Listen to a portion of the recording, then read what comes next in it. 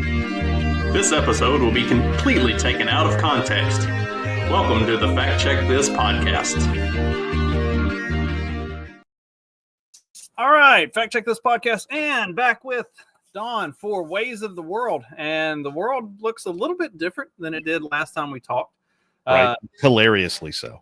Right, there's been a lot of stuff that happened. One big thing in particular with the election, which we'll talk about. I did want to mention, because you gave me some criticism for a gun that I carry in one of my Substacks, talking about my recent church experiences with going to a more progressive church. And so did I give you real criticism, or did I say some shit like you carry a lady gun? That's exactly what you said, as a matter of fact. You carry a lady gun. It is 100% a lady gun. It is my wife's Bursa 380. It is a very small, compact, fits perfectly in the small of my back where my sports coat covers it. I didn't have it with me a couple weeks ago, but I also keep a 9mm in my truck all the time. And so I just stuck the 9mm in the exact same spot where I carry the Bursa. It fits about the same. It does not tuck as well underneath a sports coat. And one of the exceptionally faggy dudes who sits towards the back of the church came up to me afterwards. He was like, "You're not allowed to carry that in here." I was like, well, the Indiana State Constitution, Indiana State Supreme Court, and also the Constitution of the U.S. say otherwise. But thank you for your concern. So this is why I carry the lady gun, because I don't have to deal with the fags. Anyway.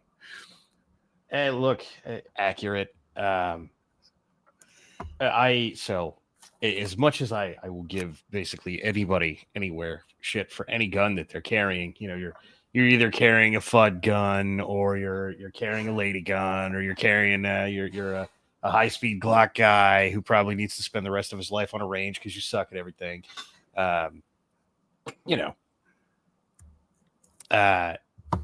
It like my general advice, which I guess I should just give now, is you know what the most helpful gun in any given emergency is? The one in your hand. All right. Yeah, literally. Oh my God, are you suggesting we should all buy high points? Well, look, man, if it's in your hand at that moment, I promise it will be better than not a high point. All right. Right. A gun is better than none whatsoever, especially in the event that you need it. And it was funny because my kids were like, "Why do you carry a gun to church?" I'm like, "Why wouldn't you? Like, that's the place where you're the most vulnerable." There's literally still a 1800s law on the books in the state of Kentucky that you are required to carry a gun to church, because that's when people would get attacked by natives and stuff like that. I was like, and especially here, you're going to a very progressive church, a church that had a lesbian pastor for a number of years in a time where they're looking to drum up. I wouldn't put it past a leftist to go and crack off a couple rounds at a very progressive church with a MAGA hat on, just to, create that appearance, especially given, the election season that we had with things that happened back, several months ago, and, a shot in an ear and so on and so forth. Day before yesterday was a Democrat congressman from New York who just happenstancely had 2 30-round mags that were full, that was taking them into Congress or something like that. So, yeah, I'm not saying it's going to happen, but I'm also not saying it's not going to happen. Right. It's I would rather be prepared than not. So anyway, that's the aside into my lady gun, which I literally bought for my wife, who refuses to carry it. She has never carried it once, but it's a very comfortable little gun for me. I don't even notice that it's there most of the time, because it is a very small gun. Anyway. Yeah. Well, look, man, I carry it well. Okay. Dear federal agents that are invariably watching every single thing that I put on the internet because I am on federal probation. At times when I'm not on federal probation, I carry a SIG P365 XL. So it's not exactly like I'm carrying full size over here. I do have a big ass 45 that I used to carry all the time, but I have to carry that on my hip because it's way too big to put in the small of my back. Yeah, right. That or like on a sling over your back, either Right. way. I can't even sit in a chair comfortably because it's like smashes up against the edge of the chair. And it's like, yeah, I like carrying the 380. I don't care if it is a lady gun. So Hey, man. anyway, I can't back off that much on 380s because there's someone that I have been giving shit to for literal years for carrying a 380. So it's still a lady gun. I'm just saying that. But carry whatever you want. It's 2024. Your pronouns can be she, her. That's fine. Well, speaking of pronouns and she, her, she definitely did not win the election. We were talking about it a little bit before the show. It was a fun election night. I was at work, so I got to sit up for the entire thing and watch it all unfold and play out. And I work with a bunch of rednecks who are very much our people. And so I was watching NBC coverage on my work computer. Like I had NBC's coverage pulled up on my laptop. And then one of the other guys was watching CNN coverage of it on his phone while we were working. And then the lady working at the desk in the office, she had ABC pulled up on her computer while we were working. So we're all getting like all the different coverage of it throughout the course of the night and talking to each other and comparing who's called what state when. And it was a lot of fun. That was a disaster. In streaming or not, I still went to all the original news lines, right? AP and there's a couple other people that are original broadcasters of what's called. And even they were Virginia got called hours ahead on one versus the other. I think Arizona, the same thing. Half the country was called, like, this half of the country is called on one and this half of the country is called on the other. So what the fuck is wrong with you people? Well, they so CNN called Pennsylvania a lot earlier than NBC or ABC or the Associated Press did.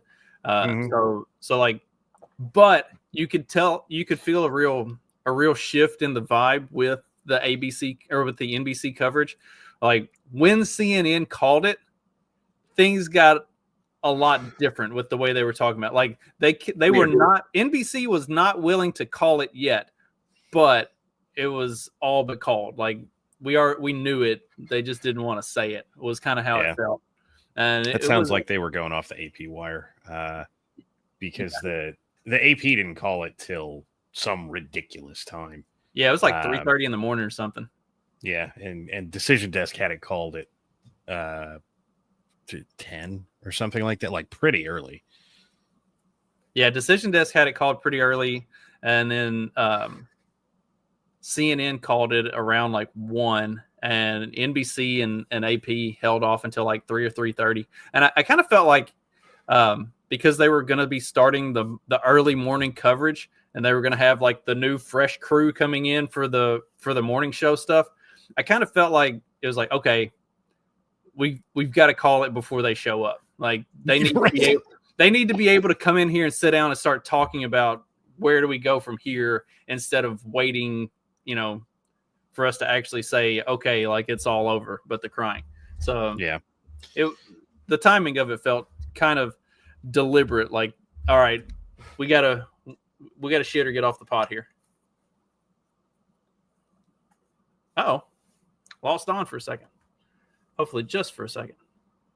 But that was really, it was really entertaining to be watching and paying attention to the different coverages on that throughout the course of the night, and kind of listening to, especially with NBC, the way the vibe shifted once they more or less realized that it was over.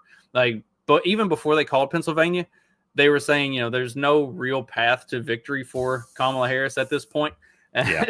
Like they already knew.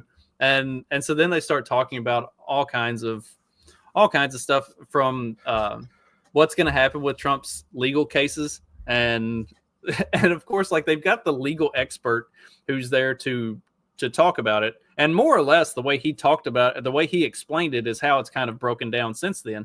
The New York one with Merchan is like, it's probably just going to like not go anywhere. And that's what happened. Like sentencing got delayed indefinitely, and it's probably going to get dismissed. He's even opened it up to an appeal for dismissal from Trump's team.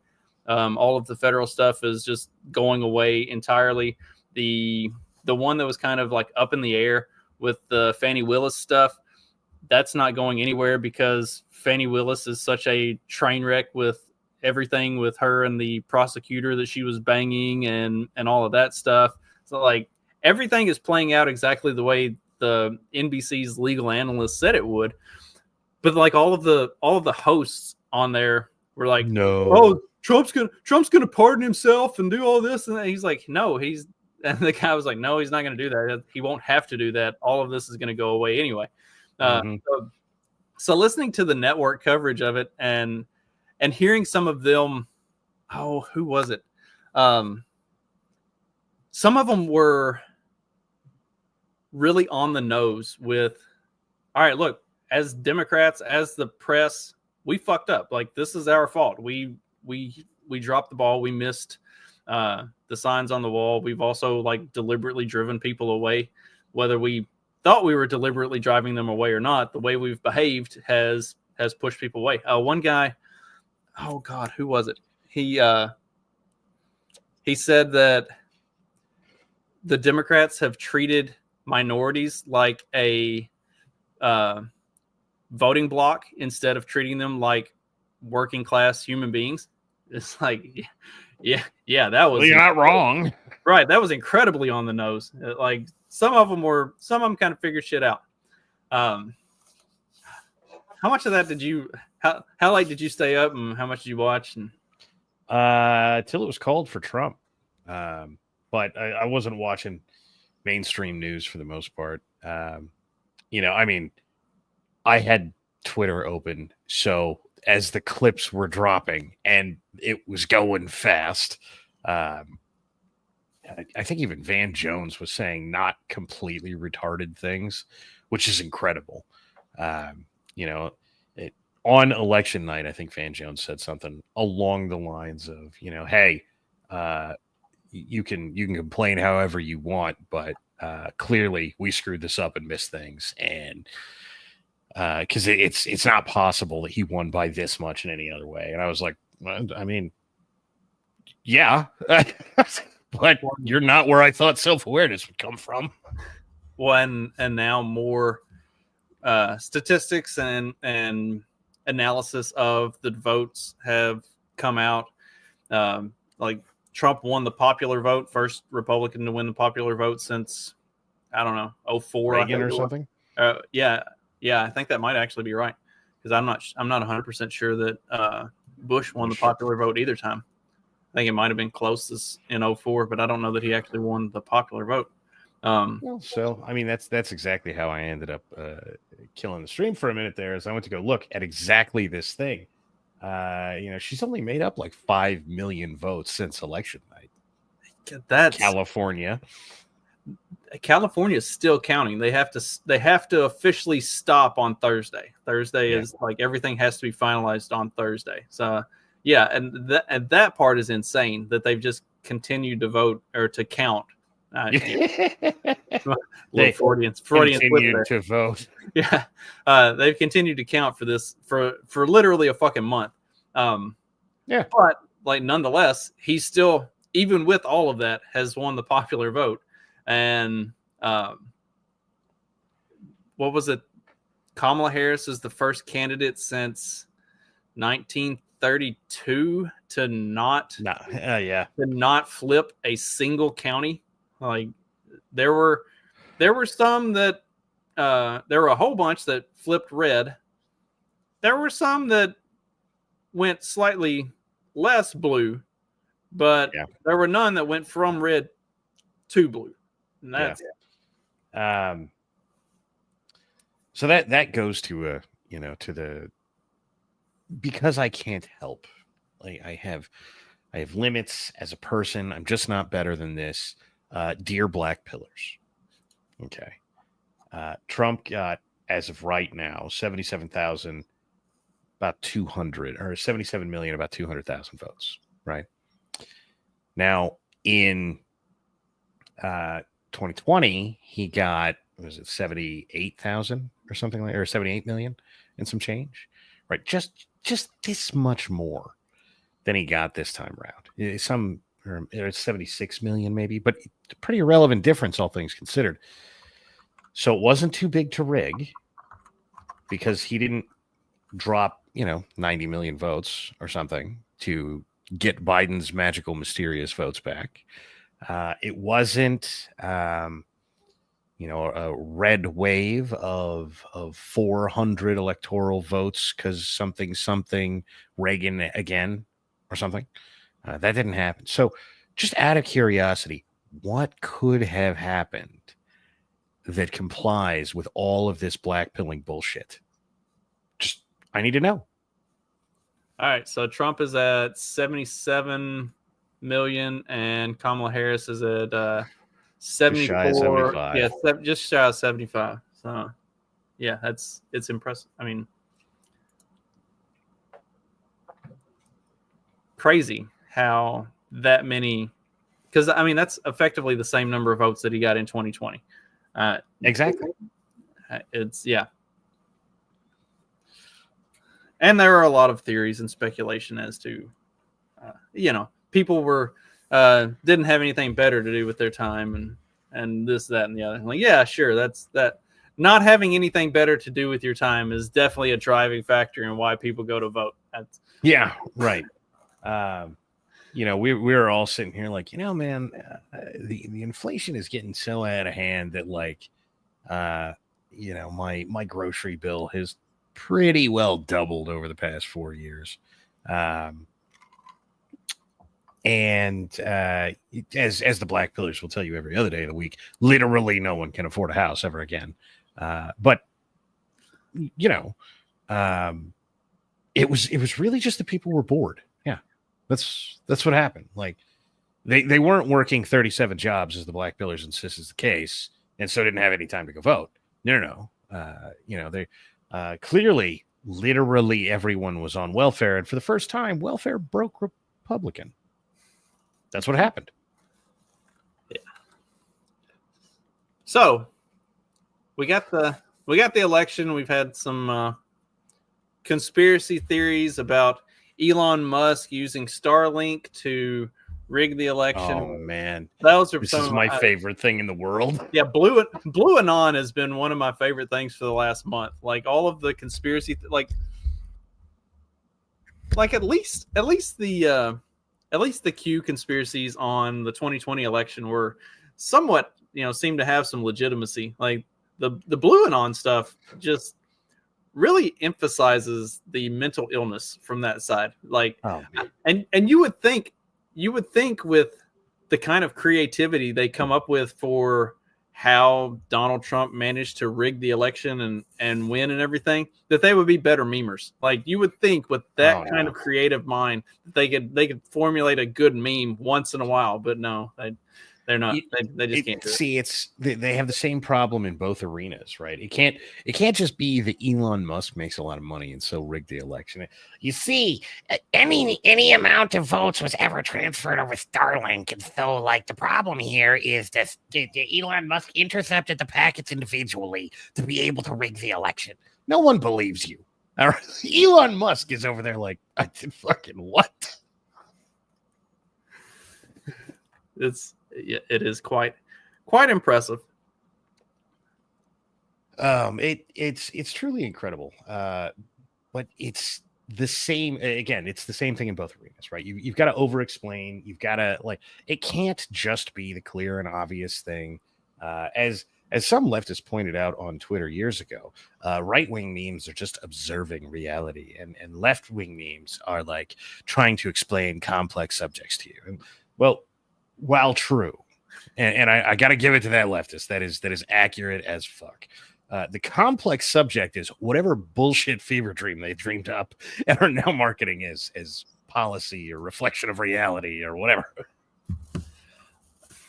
And it's kind of why I do my show the way that I do it, on even with like when you and I are talking, but other stuff. It's like, try to keep it simple. Stupid is the way they go about convolutedly and way too long-windedly explaining all of this stuff. Like, make it simple, make it where people can understand it, make it where it can be a 45-second soundbite and get the point across.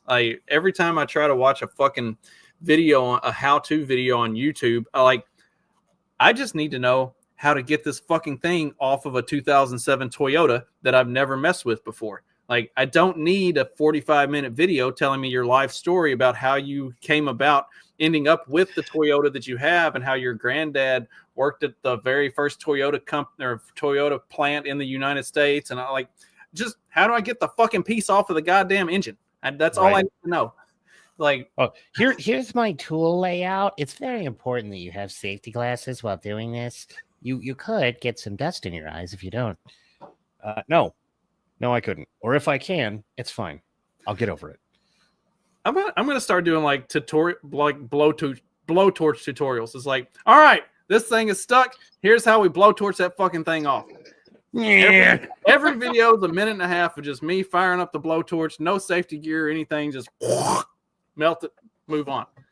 Oh God, that'd be great. I'd watch that. I might actually go viral and get some followers and some traction with something like that. If I accidentally blow something up at some point and burn my eyebrows off, then I'll really go viral.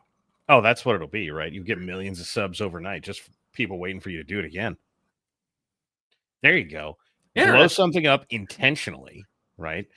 Upload that. Don't tell people that you blew it up intentionally. Just like, oh yeah, we're at it again today. Oh my God, it blew up. Interestingly, the one time I did actually almost blow myself up, it just scared the shit out of my wife and children, and then she got mad at me. She says she wasn't mad at me, but it really felt like she was mad at me. It was like, I'm the one who almost died, and you're mad at me. Like, I didn't even mean to. Anyway, you're fine. What's your problem? Right? I only lost a little bit of arm hair and like a little bit of hair on my leg just below my knee. I didn't even no eyebrows were perfectly fine. Man, beard's okay. Eyebrows are okay. I don't hear anything about blood. I don't even see what the problem is at this point. Yeah, it was. I mean, aside from a loud bang, it scared her more than it scared me. Anyway, American exceptionalism is actually easy to explain. Excellence is more important. Win more, whine less. That's yes, precisely. Speaking of excellence being more important than anything, I guess we could jump into Trump's cabinet, the ever rotating or revolving door. I guess we could call it a lazy Susan of a cabinet at this point because it's constantly kind of spinning a little bit. But I feel like we've got at least some of it more or less nailed down to some extent. Let's see. So we'll start right off the bat. One of the first ones that was announced, Susie Wiles as the chief of staff. What were your thoughts on? I thought that was a good pick for chief of staff. I thought it was telling when he did his acceptance speech at Mar-a-Lago the night of the election. He tries to get her to come up, and she's like, nope. She's like, that's not I am not the speaking role type. I thought that was kind of non-public facing cabinet position incoming. Yeah, yes, and a good one for that job. She seems to have run his campaign very well. I'm pretty sure she ran the 2016 campaign as well. I want to say she was involved in it, but not running it. Yeah, or something like that. In it. Yeah. In fact, I want to say those are the words that get said all the time. Had a prominent role. And look, we're not going to know if she's a good chief of staff for about 2 years. And by that point, one, we're going to find out if the leaks continue. Though that said, the leaks are less than they were in 2016. He couldn't appoint anybody and have it be a surprise in late 2016. So it's better already. So that's good-ish. But we'll see what happens with, the West Wing as a whole was a disaster in 2016. Like every single thing that Trump was trying to do, the whole place was working against him. If she doesn't at least keep a lid on that, then we're not going to know.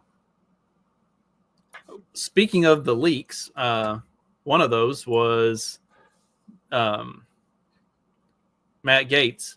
Yeah. What were your thoughts on that? Because I've seen some different theories on that. I don't know if any of them are necessarily true or how much you can believe with some of the different online conspiracy theories as to Matt Gaetz being leaked, Matt Gaetz, and then withdrawing from consideration for It's too early to tell if the leaks are intentional, in my opinion.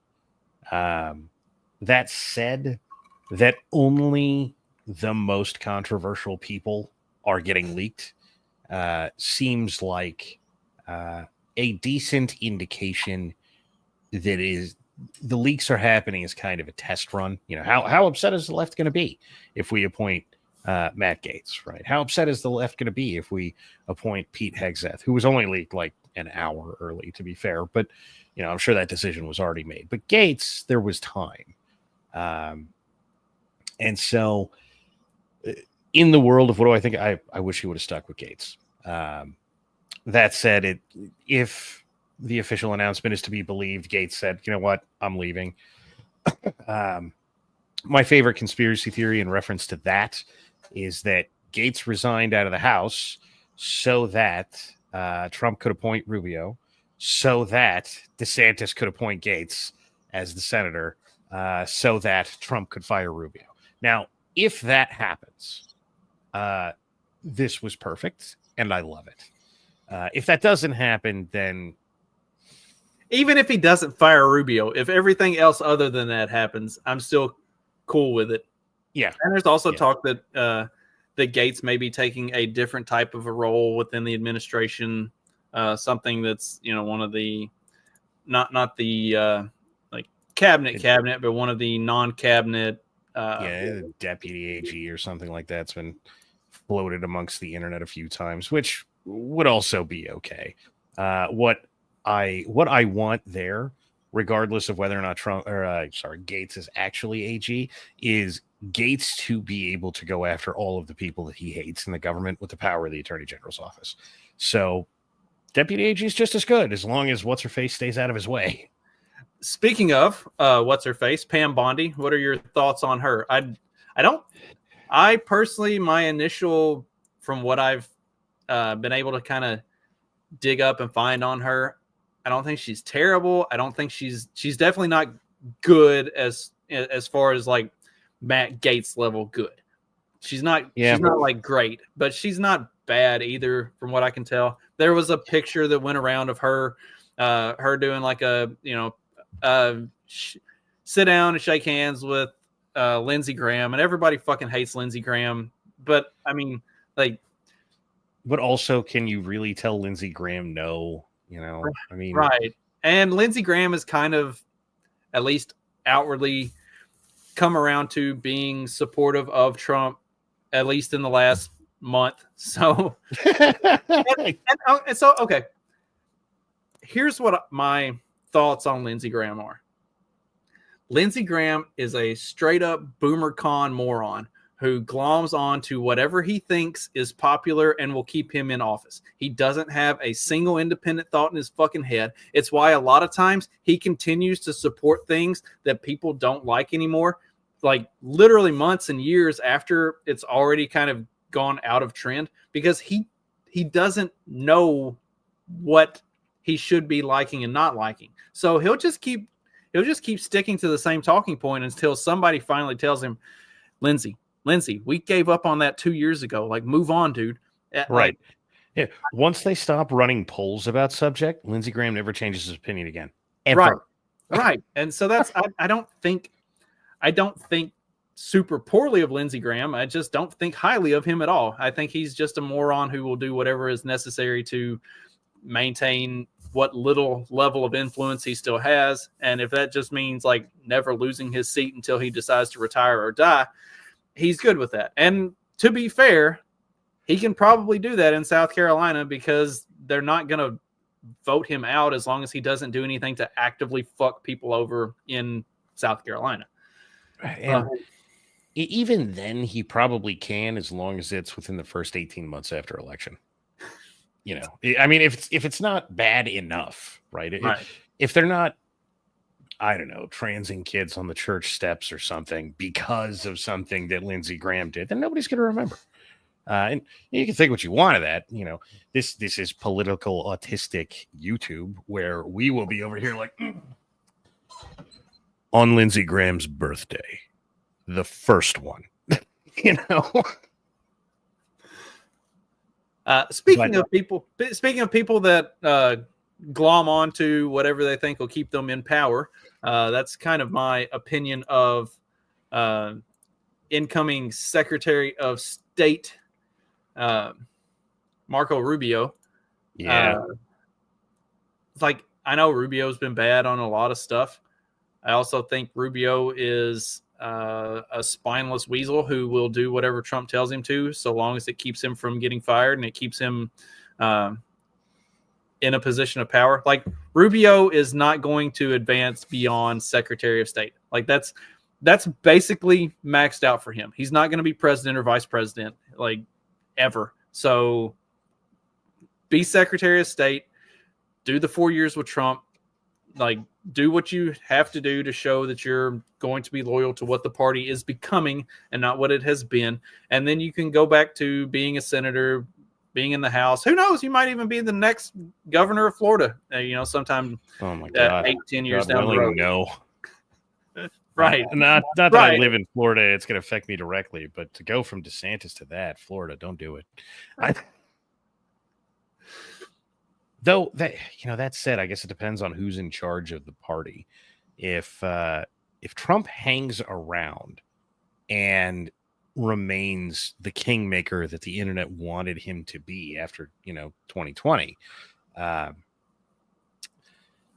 Rubio might be okay there for that exact reason. He too is a spineless wiener. He too, like that guy.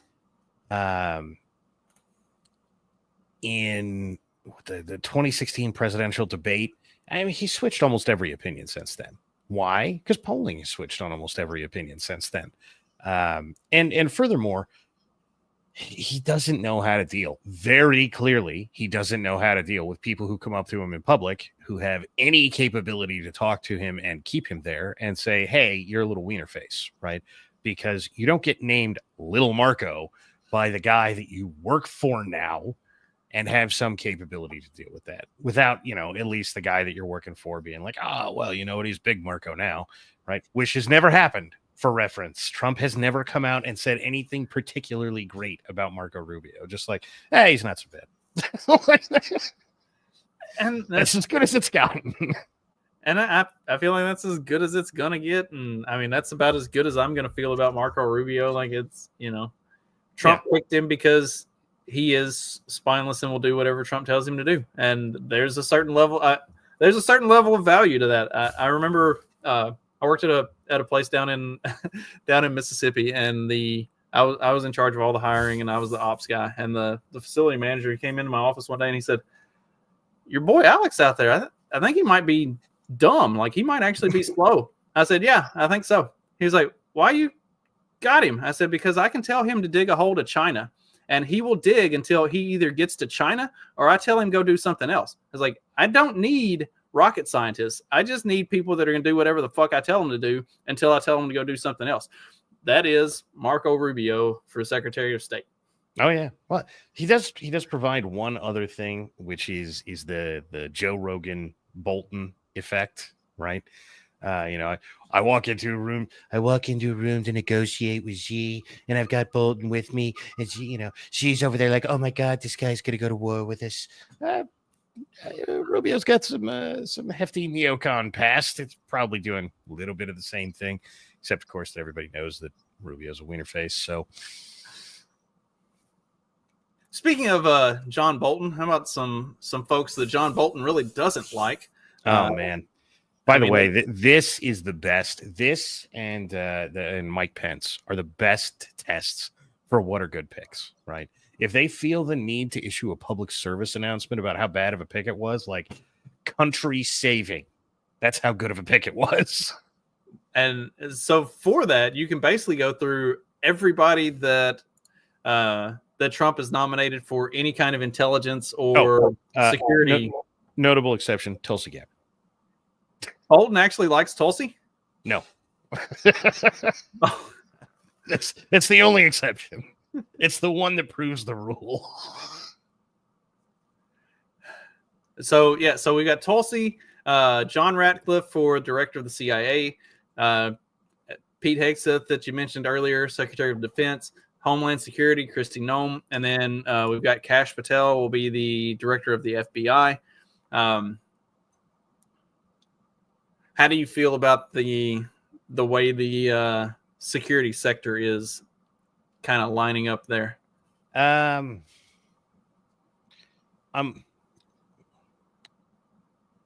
If, despite what I just said, just because I thoroughly enjoy hating on the woman, openly and publicly and continuously, but if you have to put Tulsi Gabbard somewhere, that's not the worst place. Her capability to do serious damage to the country for all of the things that she would do serious damage to the country, basically gone, right? You don't go to the director of national intelligence and go, excuse me, should we have nationalized healthcare? Right? Nothing to say, which is good, right? Her domestic policy is hot garbage. So fine, put her on foreign policy things where I don't hate what she has to say. That and outside of Bush Sr., I don't think that position means she's going to be in government anymore, which means he will also have killed her political career. I'm okay with this. Yeah. But everybody else is pretty decent. I know the internet is up in arms about Kash because the internet loves to do that sort of thing. My only worry about Kash is he seems to be on the, hey, let's reform the FBI to its former glory kind of train. Now, don't get me wrong. He hates a lot of those people. He wants to get rid of a lot of the people in the FBI, and that's fine. But I do just have to wonder when the FBI's former glory was and what it looked like. Because the more I examine the history of the FBI, the more I think, like, if we'd have just shot Hoover, life would have been a lot better for all the rest of us ever since. As Joshua says, Trump is doing a great job finding people who have been personally hurt by a government agency and putting them in charge of it. Tulsi was on a do not fly list, now over intel agencies. Same for RFK and health. Pete Hegseth was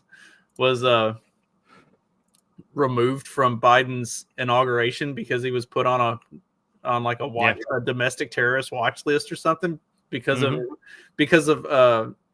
like the cross tattoos that are from the Crusades, but they were like calling it white supremacy or something. Or Nazi insignia. I can't remember what the leftists were. So he is picking the right people to be in charge of different areas of that. Speaking of RFK as the Secretary for Health and Human Services, and then did you see the director of NIH is going to be Jay Bhattacharya? Yeah. I find that guy irritating, and it's the only thing that I can summon to mind about him. Jay? Yeah. Okay, so he is definitely not a right winger from brief conversations I've had with him in the past. and conversations that he's had with other people that I've listened to and done video editing on and stuff. But he is a actual science guy, not a trust the science guy. So to have somebody like that, that's at least not fucking insane in that position is a good step in the right direction. Yeah.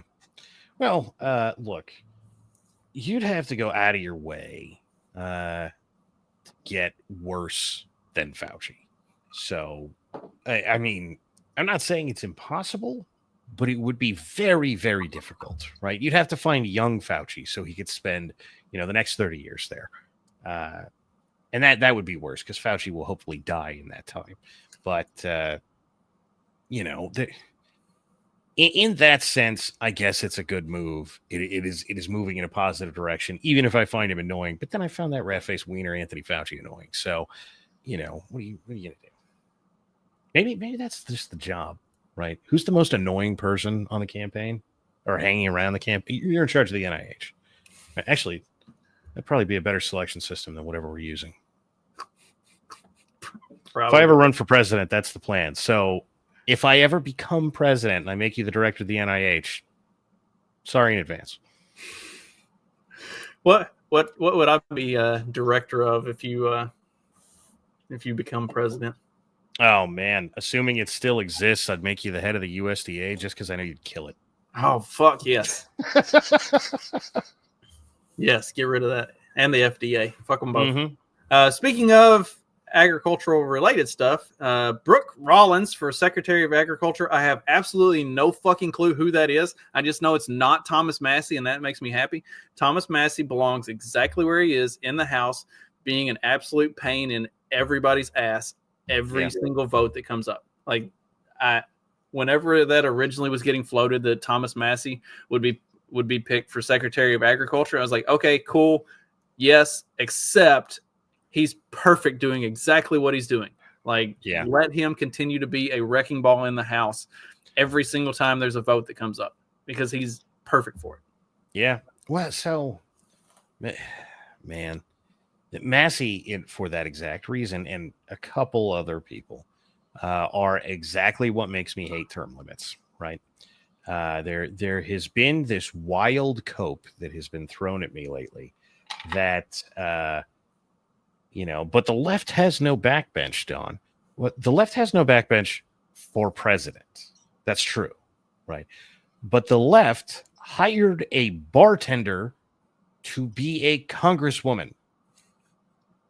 And she is, whether you like it or not, the most likely most popular congressman in all of the U.S. Congress. Not to say that she is popular in a positive way, but in a name recognition way. Like, there is no one else in the House that you can go to, average American, and quite so securely say, do you know who this House rep is, as AOC? This is not happening in the Republican Party. Right. It's not going to happen. My entire family lives in Kentucky. My brother didn't even know who Thomas Massie was. Like, my hardcore Republican brother, because Thomas Massie is not in their district, had no idea who Massie was. Like, and but everybody knows who AOC is. Mm-hmm. Good, bad, or otherwise, everybody knows who AOC is. You love her, you hate her, you think you can fix her, which so many of you do. It doesn't matter. You know who she is, right? And this is the thing that this is the horrifically bad take that is term limits, right? Because how many Thomas Massies come along, right? When was the last time you had a different Thomas Massie? Anybody? Bueller? Right? It just doesn't happen. So Massie can sit in there for 30 years, right? Because nobody's going to get rid of him. His district loves him. He does actually good things, and he does as much as reasonably can be done by one guy to get rid of, to stop the madness, right? Which, by the way, half of you have learned about any of the madness because Massie said something out loud. Just so you know, that guy has probably broken more like government corruption news than all of the mainstream news combined over the past 2 decades. Massey also managed to weather the APAC push as well. Like not even close. They dumped like something to the tune of $800,000 or more into trying to unseat him, and didn't even come close to scratching it. Like, yeah, I think they lost a couple points. Yeah, like it was bad. Yeah. Like he actually did better. Like one of the only people that can withstand the APAC barrage. And so we're going, and I get it. I get, oh, Don, but there's a minority of them. You've said yourself. Would you prefer that there was 0 of them? Because that's what term limits is going to get you. Okay. But like, there's lots and lots of people on the right who like, Don, you could run for Congress. First of all, I live in the congressional district of Ronnie Jackson. I'm not beating that guy, right? Ever. It's not going to happen. He would need to die for me. Oh, see, Don, that's a perfect example of why we need term limits. Okay, great. And then I'm going to go run for Congress for 2, maybe 3 terms, depends on. And then what happens? By the way, you got another me handy, right? Because I don't. By the way, I've been looking for one for years, not out there. So, this for a cycle or 2, it might look okay, and then it's going to look like what the hell is that thing? That CGP Grey video that is fucking killing Alaska.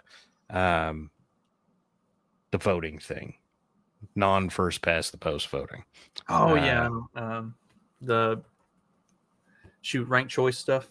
There it is. It's going to look like ranked choice voting, right? Which, while the internet is discussing it and it has no practical application in reality, everyone thinks it's the greatest thing since sliced bread. And then it gets applied in Alaska and everybody hates it for some reason. If only some jerk off on the internet, or any number of us who just get called, curmudgeons all the time, could have told you, like, hey, this is not a good thing. And stop pretending like it is, because it's not, right? But then again, that makes me think we're going to get term limits, right? And when the thousands and thousands of weak titty, neocon-ish douchebags who are inclined to run for office end up the House of Representatives in this country on the Republican side, and AOC and the rest of the squad ends up basically the Democrat side of the House, remember this moment. All right, because that's what's coming. I'm trying to see if there's any others that are kind of Marco and Tulsi. I don't know, man. The political archetype, like where it's this is going to kind of be the end of their political career position. Like, you don't really go anywhere else from here. Like, this is kind of the pinnacle. So. Cause like we said, Marco could come back from this and be governor or something like that, but probably Secretary of State is where he tops out. Like, I doubt he has a whole lot beyond this point. Like you were saying, Tulsi, probably not much for her to do after this. I couldn't really find any others that really struck me as that. Like, the only other one is Doug Burgum, Secretary of the Interior. He's the former governor of North Dakota. I was a big Burgum fan in the Republican primary debates that the eventual Republican candidate didn't participate in at all. Like, Burgum was the only one on the stage who wasn't terrible for the most part, but he was also a no-name guy. He's also a really, really good pick for Secretary of the Interior. He was literally the richest governor in the country. And all of that was like big energy money, oil and fracking and natural gas and stuff. He was very well connected in all of those areas. So for Secretary of the Interior, I think that's a pretty solid pick. Chris Wright is another one of those, Secretary of Energy, who is well connected in the fracking, big oil, all of that. If we're going to be, working towards energy independence, having the two of them in those positions is a nice step in the right direction. That's good to hear, because I didn't know anything about. Well, I didn't know much about Burgum other than what he said on stage at the time. Yeah, it's good to know that finally we actually that right. Finally, we don't have a stupid hippie in that position. It's the long and the short of it, right? Because the stupid hippie is, been the person for secretary. This is the person who's going to preserve the wetlands. Like, stop it. All right. We preserve the wetlands long enough. All right. You know what wetlands are called when they're not called wetlands? Swamps. Okay. Stop it. Coming from a agriculture background, you know how much time you spend trying to fight off wetlands, looking like wetlands, so that you can continue farming them. Because if somebody comes out there and sees a fucking foxtail, then they're going to turn the whole thing into a wetlands, and now you're not allowed to farm it anymore. Even though really, literally, all you have to do is just like keep the dirt turned up and let it get some air and sun on it for a couple months out of the year, and then it won't turn into a fucking swamp, and you can continue to have perfectly, like, actually better tillable farmland than a lot of the stuff that you get on the hills and everything. So, like, wetland preservation is kind of retarded, and we shouldn't be spending as much time doing that. Interestingly, I think I've talked about it before. My daughter got into like the smart kid school, and initially when she had her like meet and greet thing with the teachers and all the incoming freshmen and stuff. And I was looking around, I thought, man, this is like a fucking DEI higher school. Like, all of these kids look like, they took their pictures and they're like, all right, which ones are like the most colorful that we can. But then I got to looking one day when I was sitting outside the school waiting to pick her up. And as all the kids come out, I realized it's like, yeah, there's a lot of color, but they're all Asian and Indian. Like, there's like two black kids in the entire school. It's all a bunch of Asians and Indians, and like all of the like white kids look like fucking nerds. They don't look like they got in because they're blue hair or some crazy shit. Like, I was like, wow, this might actually be like a for real school for smart kids. But speaking of wetlands and poor environmental management, and going back to something that we talked about, her biology teacher apparently went on like a 10 or 15-minute rant about how terrible the leftists are in California and the way they've ruined everything and have caused all the wildfires. I was like, yes, I knew sending you to this school was a good idea. I knew it. I think that's the most secure evidence you could get. Hating California's wildlife management should be a standard, but it is not. So whenever she was telling me about this, I was like, wait, what's that guy teaching? She said biology. I said, so I think it's a safe assumption that he's probably not teaching 74 genders. She was she's like, oh, no. Her history teacher is pretty base too. He, at the beginning of the year, they were talking about like Christopher Columbus and the colonists and stuff coming to the United States. And he basically just like right off the bat was like, we spend way too much time talking about how terrible things were for the Native Americans, and we're not going to do that. Like, it's not as bad as what everybody keeps acting like it was. So we're going to move on. We're not even going to do anything about that. They're doing the Civil War now. And he was like, slavery was a dying institution anyway. The Civil War was not about slavery. It was going to be dead within 10 years anyway. He's like, so we're going to talk about the actual Civil War and what caused it. I'm like, yes, this is why the left hates private schools so much, because they actually get taught real shit. And it's also why they probably hate Linda McMahon for the Secretary of Education. By the way, either the greatest or the worst pick. There will be no in between, none. If at some point she gets the Department of Education closed down and she doesn't have Vince or Hulk Hogan or somebody come by and perform some signature wrestling move on something as they close it, I feel like we will have failed as a country. That's all I'm saying. Oh my God, Don, are you supporting Idiocracy? Shut up. As long as it's over, that's what I want. And yes, I am 100% supporting Idiocracy. I want to see it. I'm trying to remember. Linda McMahon actually has a PhD or something. Yeah, and a pretty like serious background in education. Now I'm gonna have to look it up real quick. Yeah, she served on the Connecticut Board of Education for a few years, and yeah, she's she actually like has some background in that kind of stuff. So it's like pretty nice, and is not a big fan of public education either. Like she's a big school choice. That's not hard at the moment, right? I mean, public education. We have come to the point where the you know, I hate to give this guy credit for this, but the Scott Adam one, you know, was it one screen, two movies thing is going on, right? Where you see leftists out there like, oh, only 20% of kids can read, and the entire right wing is like, yeah, that's the problem. We want to get rid of the Federal Department of Education, because when we didn't have one, like 95% of students could read. Just saying.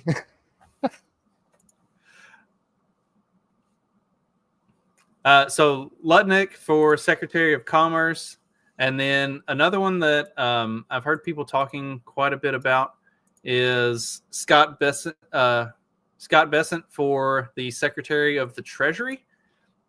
A lot of people were on Bessent's balls because he ran the Soros Fund for a few years back in the late 90s. Like I think it was 30 years, people. Like 1997, he became the head manager for Soros' primary fund. He did it for 3 years, broke away, started his own fund, which Soros backed to the tune of like $3 billion to get him started. Within 4 years, he paid the entirety of it back and continued to run his own very successful firm up until like 2017 or something, whenever he started. And then the firm still exists, but he hasn't really run it. He does other, right. He does other stuff. But like, oh, he's a Soros guy. It's like, no, he had an incredibly successful trading career, like hedge fund manager trading career up to that point, worked his way into a position that he was able to run the main Soros fund for a few years, did that long enough to jetpack himself off into running his own firm, and then paid back 100% of the Soros money that he got to start his own firm. Like, he's not a Soros guy. Like, in that world, you either go through that door at some point, or you probably don't get to be super successful. Welcome. So if this was somebody that Soros had funded to run for office, that would be fucking horrible, right? Like, it would be the worst decision, the worst pick, no two ways about it. The problem that everybody has, hello, fly. Welcome to the country. If you people have never been in the country, this is how it works. There are flies. If you live somewhere like here where it gets cold, they all die. Oh, it gets cold here. It's just not yet. Not yet. It's supposed to have gotten cold here, and there are a lot less flies than there used to be, but there's still flies. Anyway, so look, if Soros's political outputs, that's horrific, that's terrible, that would be the worst thing in the world. What the fuck, bro? Okay, hang on a second. This is fucking killing me. But if it's just him making money, then you need to understand that the guy is more interested in making money than he is in not making money. And so the implication here is that this dude has some skill of some variety related to money. But I mean, does that mean you should just swallow his load full sail because, you know, something you can make money? No, by all means, be skeptical. I'm not telling you to just love the guy, which I know how the internet is. That's what you all think. But But it's, oh yeah, come on, faggot.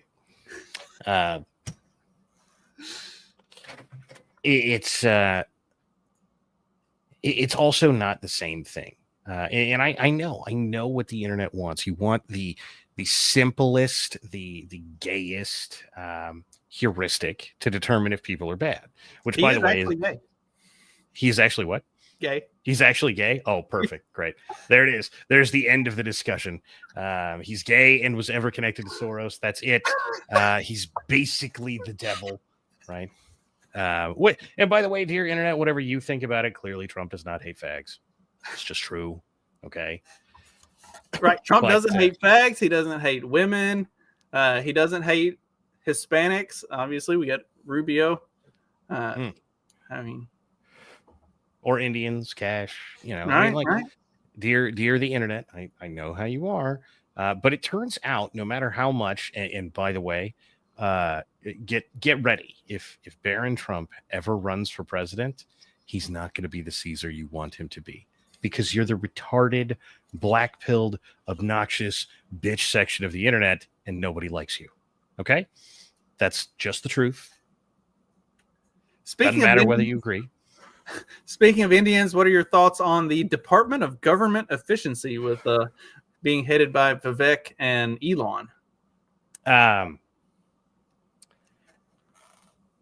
This is probably the most internet thing ever to happen in real life. And that warms my heart. All right. The fact that they've already established like a termination date for the Department of Government Efficiency. They're like 4th of July 2026 is when we intend to be done with this. Like, we're going to come in, we're going to gut everything, and then our final act of business is going to be to terminate our own department. I mean, one, I don't no agency, to the best of my knowledge, has ever started with that plan, right? There have been a couple that said, oh, we're only going to go until we're no longer necessary. None of them showed up with a date. All right. Right. And it's, how much good will they be able to do?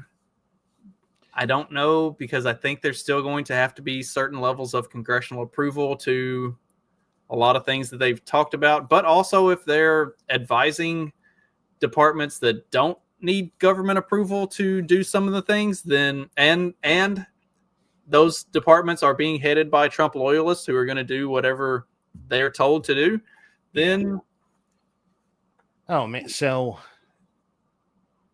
the congressional authorization thing is going to be a problem for actually getting rid of it, which probably means if they can get rid of some things fast enough, it will be good evidence that we didn't need them. Now, does evidence matter in politics? Not as much as we'd all like it to. But it would be good evidence in a way that at least might matter to politics, that we don't need these things. Now, that said, even if all he does is for the next 4 years go, okay, the only person at the National Labor Relations Board is the guy that heads it, who turns in a report every week that says, I didn't do anything because this is a totally unnecessary department. Right? That would be good enough, at least for 4 years, right? The next Democrat is going to assign 40 million people to work there. Okay. If Vance ends up president after Trump, which is at least possible, we're not in totally uncharted territories here for who the likely next president is, but it's not regular either. But if Vance ends up the next president, then, or Trump Jr., as so many people want, then at least that person could continue that. And if that was the case, you might have a long enough timeline to actually get rid of some of the departments that need congressional approval to get rid of. Until then, though, my favorite example of what could be gotten rid of in a heartbeat won't be, because Trump likes it, which is the FBI. And Trump shouldn't like the FBI. Of all the departments that he shouldn't like, that's the one that should be at the top of the list of like, yeah, let's fucking gut this and get rid of it like day one. See, the thing is, I get the distinct impression. I mean, Trump's been a public figure a long time. He's been a rich guy a long time, right? And while the internet exclusively from this time frame remembers things like Waco and Ruby Ridge, right? Trump was a public figure in the 80s. What was the FBI doing in the 80s? Does anybody have any idea?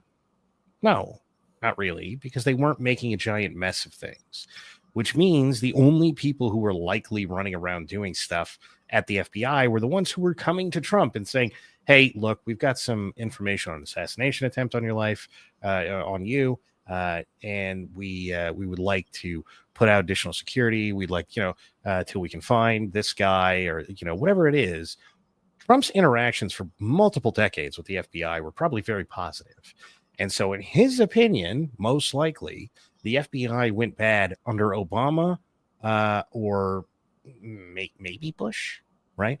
But for most of his life, the FBI has been a security agency for the United States and has probably been doing positive things in his life, right?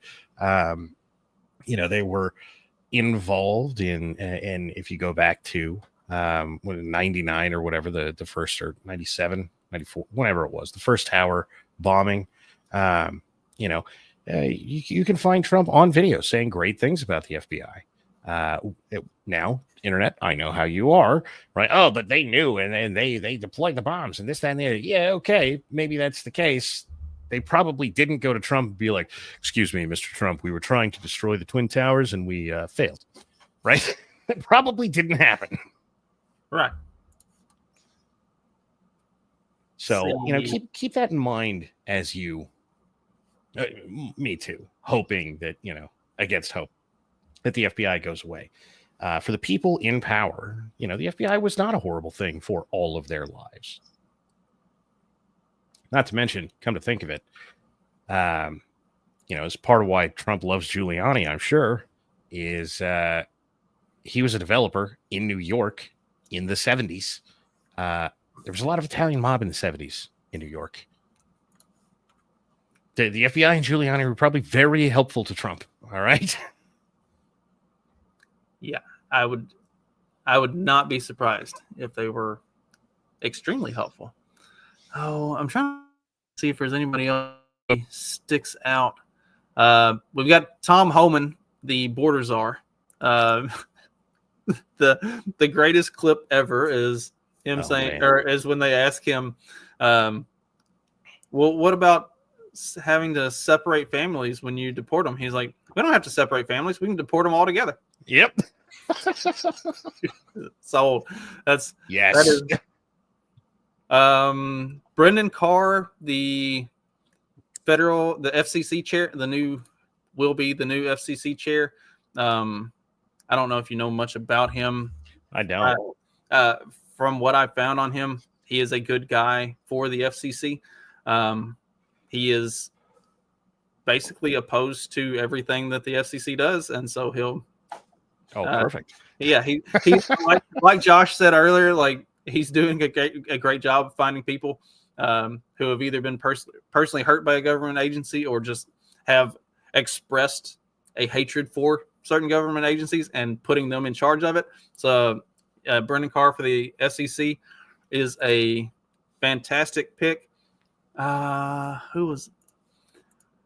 Okay, we've got a couple that a lot of people don't like outside of Rubio, which we've already talked about. Mike Waltz and Lee Zeldin. You had any thoughts on either of them? I don't really know a lot about either of them. I know their names well enough to know that I should know more about them. But no, not really. Welcome, dear this part of the internet. Welcome to a reality that you're going to have to get over. All right. I realize that you found this guy's, senior project in which he said, I don't know, probably something that was amusing and being edgy at the time, and now you think it's haram, but no one cares but you. Okay. And this is an ongoing thing.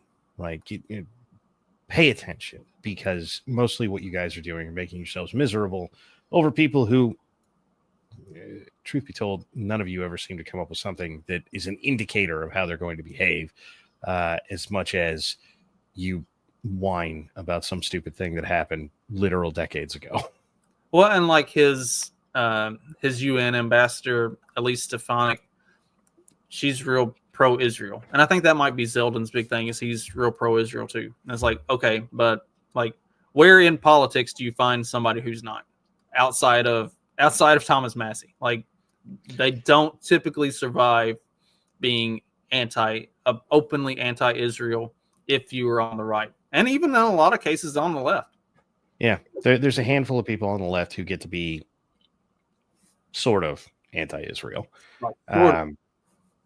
but only sort of, right? Like, you know, the Hamas thing, right? Like, oh my God, Hamas is a reasonable response to the Jews being terrible.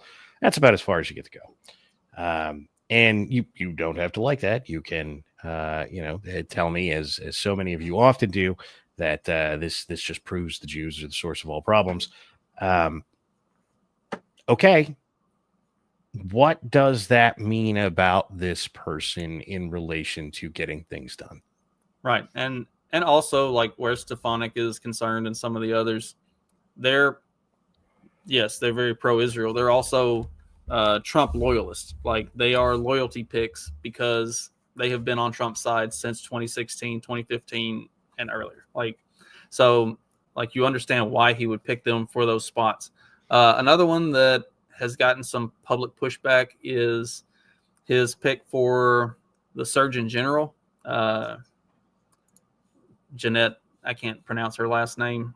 She's pro-vax or something like that. She was bad on COVID. Yeah. Okay, but like, find somebody that outside of our internet circles that, like, especially find somebody in the government that wasn't bad on COVID. Like, and here's your real problem. I know that Trump has rolled back a little from Operation Warp Speed being the greatest thing to ever happen to America, right? He is basically no longer saying that. Does anyone think he has decided that he did everything wrong there? Because there is no indication that that's true. So if he doesn't think he did everything wrong there, and I know so many of us do, why would he go out of his way to find someone for this job that thinks he did everything wrong? What sense would that make? I know, internet purists are internet purists, but it was never coming, right? And I know you guys all got excited about RFK because, seed oils and vaccines, right? But sad news, Trump didn't think he did everything wrong in COVID, and he still doesn't. And he has done some things that would acknowledge that he at least knows he didn't do things right with COVID. Jay Bhattacharya being one of them. Mehmet Oz for administrator for Center of Medicare and Medicaid. Like, he's done some other stuff that would indicate that he at least will privately acknowledge that maybe he made some mistakes. He's never going to, like, publicly apologize for anything, but at least you can see through some of his actions that he does at least understand how people feel about the way a lot of that stuff was handled. Josh brought up a good one earlier. The guy who Trump had tabbed for the DEA, that had arrested a pastor for holding church services during COVID. Apparently, he's removed his name from consideration because like as we started the show, I caught the release of that, which is good, right? In that sense, it's as good as it is bad. Who's ever's dropping out, right? But I would suggest that you're going to have to raise that much of a stink, because Twitter was pissed when that guy got appointed. It took like 20 minutes before somebody dropped his video of, I'm arresting a church pastor for holding church in the middle of COVID. And from that moment on, Twitter was pissed. The Matt Gaetz thing, I think, was basically him saying, look, they're going to do ridiculous investigative things if you try to make me AG, so I'm leaving. Which is just to say I take at face value what he said, which you can think whatever you want of, but that seems to be the situation. In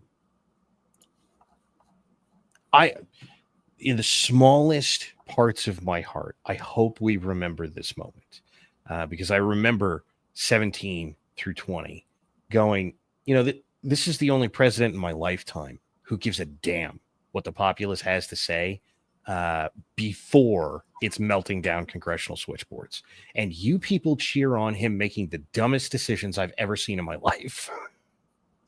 And so, remember this. Remember that, yeah, you can cause a big stink on Twitter and actually get the White House to pay attention to it. I mean, we won't, but I would like to believe that we will. Well, and speaking of Trump maybe rolling back some of his positions on COVID stuff, the head of the FDA was very anti COVID mandates. Mm-hmm. So that's another decent sign as far as that goes. Yeah. Well, I mean, to be fair, he said a few times that he wasn't particularly pro-lockdown, which I primarily know because the libertarians lost their shit and were posting every video they could find of him being pro-lockdown. Being, oh, you were never particularly pro-lockdown. You said you'd lock them down even if they didn't want to. Like, guys, you're winning. All right. Learn to take a W. Right. Like, what? You think he wants to be out there saying, he was never particularly pro-lockdown, or you think he wants to be saying he did everything right and the country did everything right under him? Just shut up, But yeah, no, I mean, there's a lot to be hopeful about with the picks currently. How confirmation goes with the Senate could be tedious in some aspects. I mean, side happiness related to that. Texas in particular, and I think a handful of other states have floated similar bills, are putting forward bills to be able to recall senators. If the only thing that happens out of the next 4 years is, all the things that we are certain are going to happen, taxes are going to get better. The military will probably get fixed-ish. The interest rates are going to come down because Trump hates them. A bunch of shit like that, right? All those things, and all the red states in the union start putting forward laws that say that they can recall shitty senators. Complete win. Perfect. Done. I am pleased, because for the moment it's 6 years is too long for the American public to remember why people suck, right? Watch your senator. You want to have some real fun? Watch your senator for the first 3 to 4 years after he gets elected. He's probably kind of a piece of shit. All right. For the latter 2 or 3 years, whatever's left over, he is probably the most based guy in the Senate. All right. And the only exception to that are the ones who are so quiet that nobody knows who they are. Right. For the people who just, they don't know who their state senators are. They've never met anyone who knows who their senators are. They just vote Republican every 4 years, which probably is Lindsey Graham, by the way. Mitch McConnell. Right. Yeah. The guy in charge of the Senate, probably nobody like, oh, that guy's our senator? I didn't know that. Right. I just knew he was in the Senate and I hate him. Like, right. John, it's on the ballot, jerk off. Right. John Thune. How many people even know who he is or where he's from or anything about him? Oh, man. Well, you know what? At least it wasn't Cornyn. All right, that's all I got to say. At least it wasn't Cornyn. And by the way, he is my senator, and he is worse than most people think, and most people don't like him. You know? So yeah, like Rick Scott would have been the best out of the three, but at least it wasn't Cornyn. Like Thune at least has some hope and promise of not being a complete shit stain. Yeah. Well, so there is some rumor that Trump basically campaigned for Thune in the Senate. And if that is the case, we return to, can Trump pick good people in politics? The question. And I got to say, the cabinet this time around is enough better that I have at least this much hope. All right. You know, and again, I know how the internet is, like, oh, but Don, it's not perfect. Rubio's in the cabinet. Like, well, yeah. That's not world ending, right? You know, if Rubio was chief of staff, we'd be having a very different conversation. Right. Right.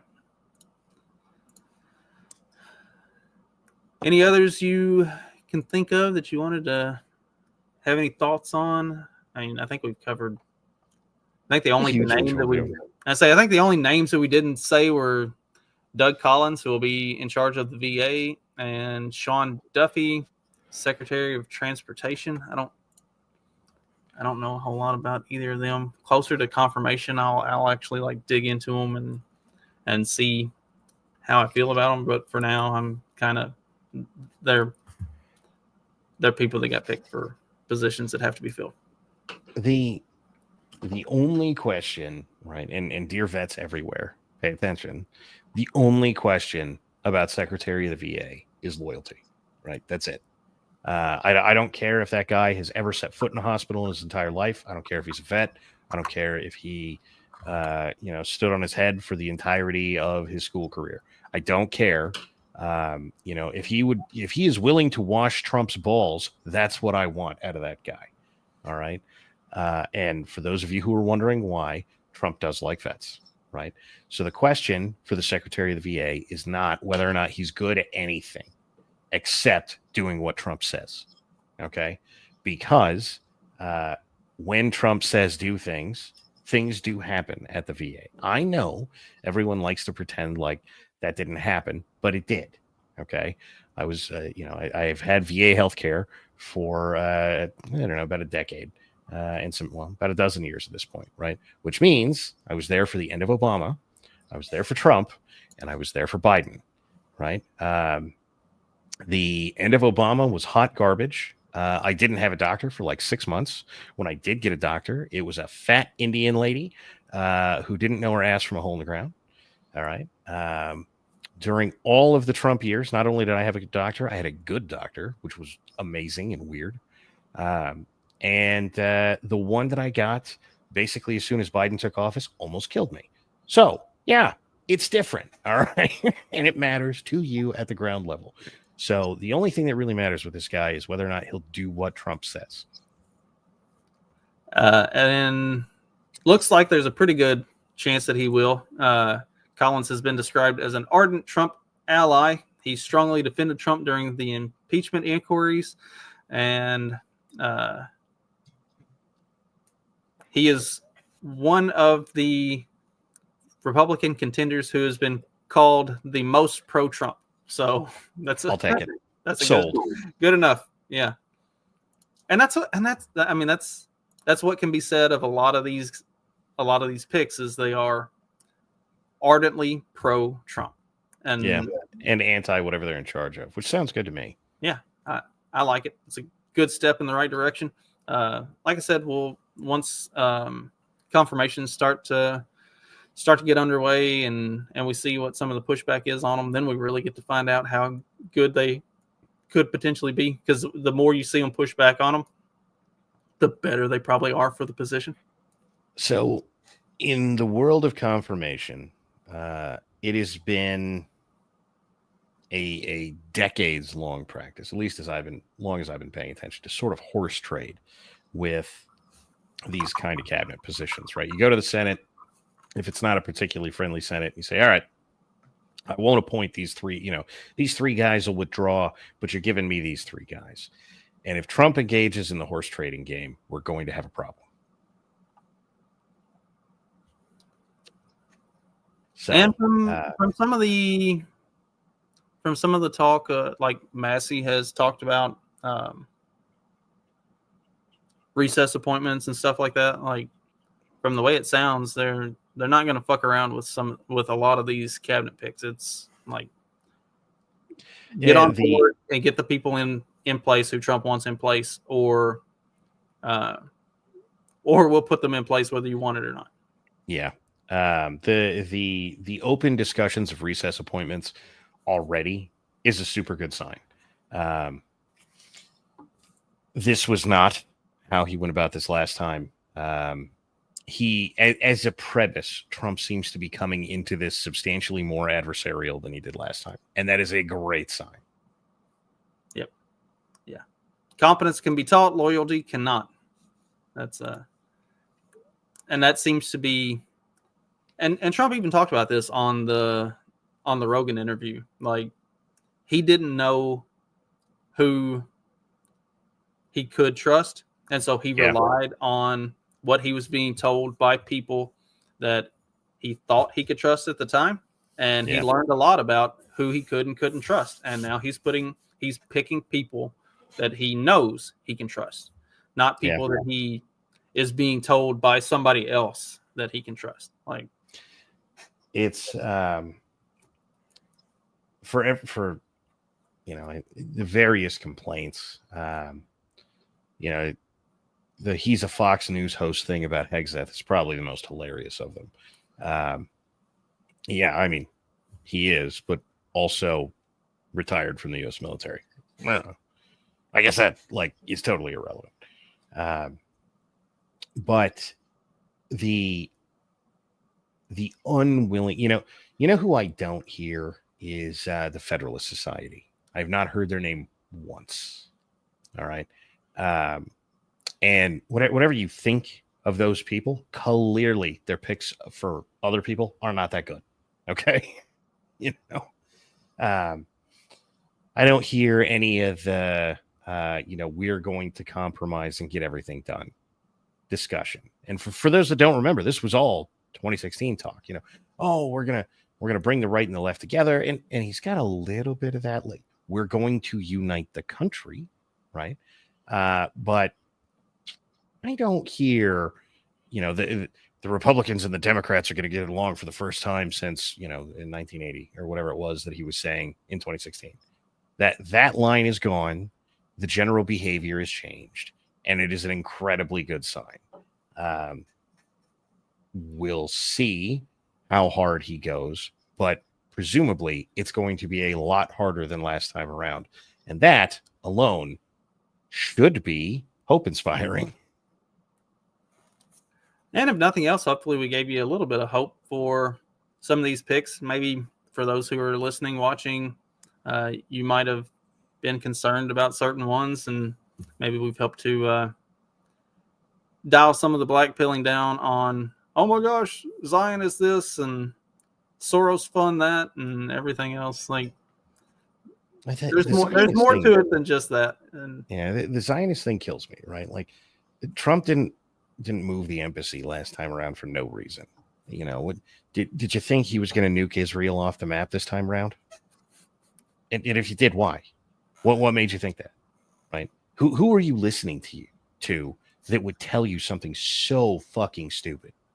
Because, hey, every president's said they were going to do this since World War II, and we haven't, and I'm doing it now because I like Israel. That guy apparently turned around in 4 years under Biden, was like, that's it, nuke Israel, even though the whole time he's been like, I love Israel. They're great. They're amazing. Right? Stop it.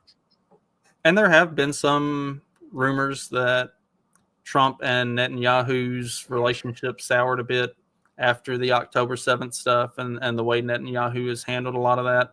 And so you could see some pushback against the Israel stuff from this Trump administration. But that's all stuff that's going to have to play out. We're not going to know any of that based on cabinet picks at this point in time. No, but you could take easy bets, right? Trump likes peace. All right. So is the war in Israel and Gaza likely to end over the next 4 years? Yeah, probably. Right. Whether, oh, John, you're so ridiculous. And both sides are invariably going to tell me that, you think, Hamas is going away? No, I don't think Hamas is going away. But I do think that if Trump, gasses up every A-10 in the country and sets it off the coast there and goes, look, you can stop fighting or you can stop fighting. Take your pick. We're going to get a couple of years of peace out of it. Like, does that mean that no one's going to die? No, but it does mean that the ongoing war is going to end. Right. They've been killing each other for literally all of human history. Like, that's not going to change anytime soon, but at least it can be dialed back and not be quite so egregious. Yeah. And the same, that everybody and their brother is losing their mind over Ukraine at the moment. I don't know how many people I've seen, Trump's never going to get anything done with Ukraine. Well, Trump is going to get things done with Ukraine. It's just not going to be what anybody wants because Trump doesn't care about any of that. You don't get Zelensky out there saying, hey, we might surrender territory to Russia. We can be willing to come to the table with some peace talks and make some negotiations happen. Like that's right. That's a huge change of direction from the last 2.5 years. And just to be clear, the only thing Trump has to do to end that war is stop sending weapons. That's it. All right. I seriously doubt you have hugely pro-Ukrainian viewers, but still, if you've got any out there, I don't care what you think. If the U.S. stops sending weapons and aid and what have you, that's it. It's over. And by the way, if Europe does what Europe is talking about doing in the hopes of getting us involved in this war, if you go to a war, you are not invaded. Article 5 doesn't matter. Well, and like the stop sending aid to Ukraine thing, that can be done without congressional approval. Yep. Like it became a big deal about a year ago with Biden doing these executive orders to send weapons and money to Ukraine. If you went and tracked that back, Biden was doing that before the war kicked off. He had started doing that in August of 2021 was when they first started, when Biden, by executive order, first started sending weapons and money to Ukraine before Russia ever invaded. So just by Trump being in office and not doing that changes the entire face of that war right off the bat. Instantly. Yeah. Look, the rate at which they're going through munitions, right? And you can tell me they're going through for whatever reason you want, right? And I don't care. You're probably right. Yes, they're selling them to everyone. Yes, they're shooting some of them. Yes, they're whatever it is, right? I don't know. Maybe you think they're killing hundreds of trillions of Russians because you watch MSNBC a lot. I don't know. Regardless, the rate at which they're going through ammunition, if we stopped sending it, the war would be over in like a month, right? It'd be 6 guys in a bayonet, right? Because that's all that'd be left. And so right. And that's the 6 guys. That's the 6 guys if Ukraine goes through with what the Biden administration has been pushing them to do, which is drop their age of conscription from 25 down to 18. Yeah. And so, one of those general life rules is, never leave yourself in a position where somebody you don't like has to do nothing to fuck you, right? And so, or somebody who doesn't like you even, right? And Trump not being in love with deporting all the ammunition from the country, that's, oh, hey, we're just going to increase stockpiles. Even if all he did was say to an 80-20 priority, we're keeping the munitions, that war's over in like 2-3 months, right? That's it. It's over. They just don't have the bullets to keep fighting. Yeah. So a lot of good that can come from this. I am looking forward to seeing how the confirmation process plays out. That's going to show you. That's going to show you who's on Team Trump and who's not. And Elon has already said that anybody that doesn't support these confirmations, he will personally fund their primary opponent. So now, I think it was here. Last time we spoke, I was talking about if Elon wants to be right-wing George Soros, he's got to go defend Alex Jones, and he did. Between that and the, hey, I will primary you, I will fund your primarying. Oh man, we might actually have a right-wing George Soros for a while. Now, I know, dear internet, he's not right-wing enough for you. I don't care. It beats what we've had. Exactly. Like, don't let the perfect be the enemy of the good. And right now, we got a lot of good. Yeah. Impressively good.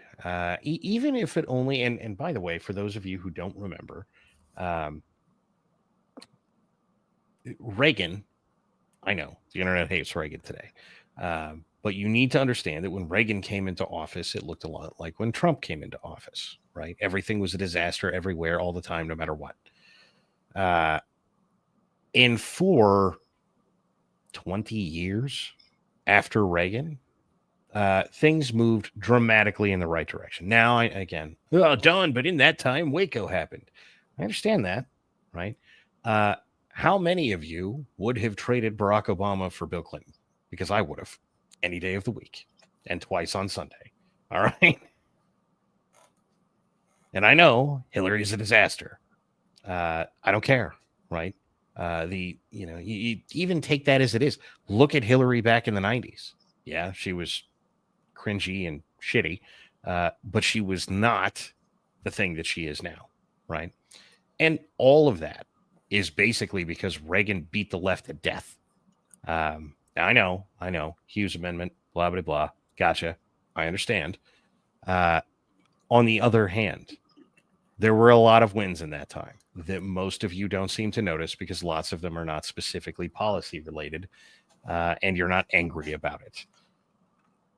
Same thing is very likely to happen here, specifically if somebody worth a damn becomes president after Trump. Here's hoping. JD Vance looks like a... man, he looks like he's very competent and very sharp. The way he just like boat raced every single interviewer. Oh yeah. That was awesome. I mean, he browbeat every one of them. And I at the end of it, I was surprised they were still having him on to do interviews. After the way he would just like go to town on him. Yeah, the first two or three, I can see people sitting in the back being like, oh man, if I was talking to him, I totally would have taken care of that. Right. But after like the fifth or sixth one, like maybe we ought to just get out of the way. You know? Yeah, like let's just back off and stop fucking around with this guy because he actually knows what he's doing. This is not Mike Pence. This is not Mitt Romney. This is like somebody that's actually competent, intelligent, and knows how to deal with the media. Yeah. It like has no respect for us, has no, there's not a time where we're going to say, excuse me. And he's not going to come back with something like you're excused, you may now leave kind of shit, like get the fuck out of here. No, fuck off. And every time, you go back and watch the beginning of the later interviews and you can see them like, haha, I've got this guy. And then by like minute 3, they're like, oh, I don't really have this guy. Yeah. So lots of promise, lots of potential. I'm excited. I'm really looking forward to it. It's actually kind of rejuvenated me with my show and content and stuff that I've been doing. And hopefully the FBI will get off your ass, and then you can get back to doing some content stuff as well. Oh, January 20th at best. Speaking of which, I think Biden did me the greatest favor a Democrat has ever done. In so far as he pardoned Hunter. Yes. Because everybody was pissed. people who have been running around saying, well, maybe only the non-violent January 6ers are like, you know what? If we're pardoning Hunter, hell with it. Pardon all of them. Yeah. It's there's a lot of fun stuff to look forward to in the next month and a half or so. Yeah. Well, if nothing else, you want to plug your legal defense fund? Indeed. GiveSendGo/DonThePleb or GiveSendGo.com/DonThePleb. Probably need that .com in there. Believe it or not, I've raised a decent amount of money. You guys have been great and incredibly supportive. Lawyers are expensive. We don't call them bloodthirsty, blood-sucking, vampire, etc. for no reason. And by the way, I even like my lawyer, but I know what my legal bills are. So, with that in mind, if you can afford to donate anything, I would appreciate it. In the world of me getting back to content, I think it's happening at some point. I just don't know when. And I don't even know what. So things are probably changing, but something, somewhere, sometime, somehow is going to happen. That said, I don't appear on a lot of things for a reason. I am indeed incredibly busy trying to find ways to pay lawyers, mostly. So, that said, I have noticed I've said those words a lot over the years. Feel free to reach out. If I don't get back to you immediately, I will at some point. Any number of people have not gotten their DMs and text messages and what have you returned for like 2 days, but I do get back to you eventually. So by all means, if you have some way to contact me or want a way to contact me, go ahead. I will get back to you. I just don't answer the way that I did, 5 years ago when this was my job. So I think that's about it. Thanks for having me, man. It's been a while. It's always fun. It's always interesting to see how the world has kind of changed between the last time we talked and now. Because regardless of what we're talking about, there's always crazy stuff that goes on, and we manage to find ways to talk about all of it a little bit. It's just enough time that there's enough change that it matters. That's right. And hopefully coming up, there's going to be a whole lot of change that really matters. And that's going to be a lot of fun. Don, thanks again. This has been fun as always. For those of you who are still watching, listening, whatever, I am doing daily content again, just short stuff talking about little things that I find important or newsworthy. So be sure to tune in on YouTube, Facebook, or Rumble. I'm actually considering going ahead and doing the verified thing and putting stuff on Twitter after the first of the year. Give me some feedback on that. If you would watch on Twitter, let me know. Or X, whatever it's called. I might start putting stuff up on there again, but that's to be determined. But yeah, this has gotten me re-energized and ready to talk about shit and having a lot of fun talking about shit. For those who are interested in the daily stuff, tomorrow I'm going to be talking about France. France is experiencing some upheaval, and I think that's going to be another one of those fun to follow things as it all unfolds over the next month or so. So tune in tomorrow morning for some France talk. And in the meantime, hope you all have a great night and a great rest of your week, and I will catch you next time. Later.